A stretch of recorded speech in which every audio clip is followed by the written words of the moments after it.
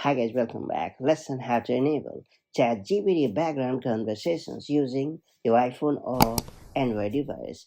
If you want ChatGPT to keep listening and respond even when you switch apps or lock your smartphone, the background conversation feature makes it pretty easy and straightforward.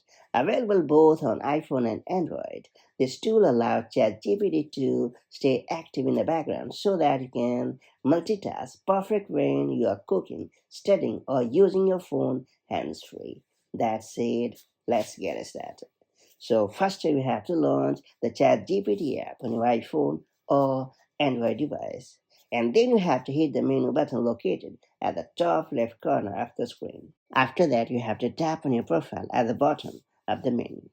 Next, you have to head over to the voice mode section. Here, look for the option labeled background conversations. Now, all you have to do is just turn on the toggle to allow ChatGPT to stay active even when you are outside the app.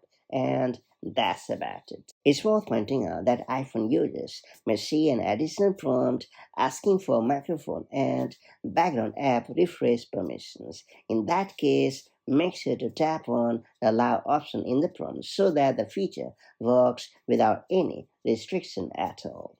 And on your Android device, you may be asked to enable microphone and display over other app permissions.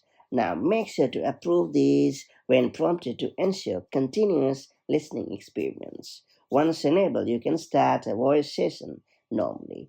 ChatGPT will continue responding even when you press the home button or open another app or lock your device screen.